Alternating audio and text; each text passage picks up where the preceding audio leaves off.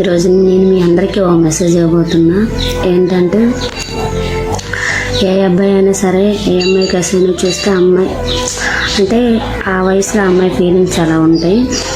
ఏ అబ్బాయి చూసినా అమ్మాయికి చూడాలి, మాట్లాడాలి, అబ్బాయి నాకు చూస్తాడు లోన ఆ ఏజ్లో ఆ ఫీలింగ్స్ అలా ఉంటాయి.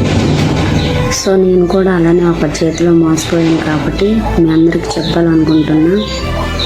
నాలా మీ అందరూ బాధపడకూడదు, నాలా మీ అందరూ అవ్వకూడదని అనుకుంటున్నా. ఏంటంటే, ఎక్కువ ఎవరిని నమ్మకూడదు, ఎవరు చెప్పే మాయ మాటలు వినకూడదు. వాళ్ళ అవసరాల వరకే వాళ్ళు మనకు మాయ మాటలు చెప్తారు, తర్వాత వాళ్ళ లైఫ్ వాళ్ళు చూసుకుంటారు. ఆ లైఫ్లో ఇంకోళ్ళు వచ్చాక మనం కనిపించం. వాళ్ళకి మనం కాల్ చేసినా మెసేజ్ చేసినా మన మెసేజ్లకు రిప్లై ఉండదు, కాల్స్ రెస్పాండ్ అవ్వరు, వేస్ట్. నేను కూడా చాలా ఇచ్చాను ఫ్రెండ్స్, చాలా. నేను అలా ఉండేదాన్నో తెలుసా, ఎలా అయ్యానో తెలుసా. చాలా నమ్మాను, చాలా అంటే చాలా.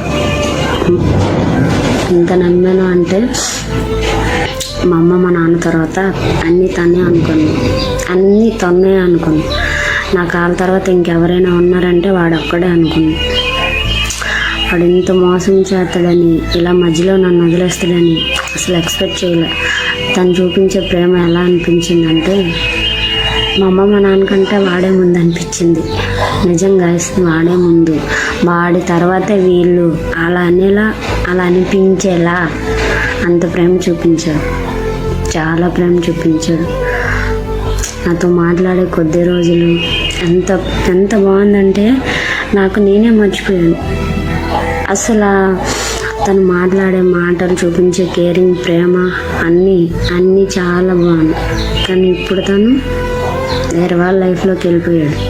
ఇంకా తిరిగి వస్తాడు అని ఆశ ఎక్కడో కొంచెం ఉంది, బట్ రాడు.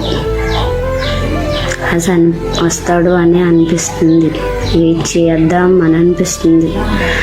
కానీ వస్తాడో రాడు. నిజం ఫ్రెండ్స్,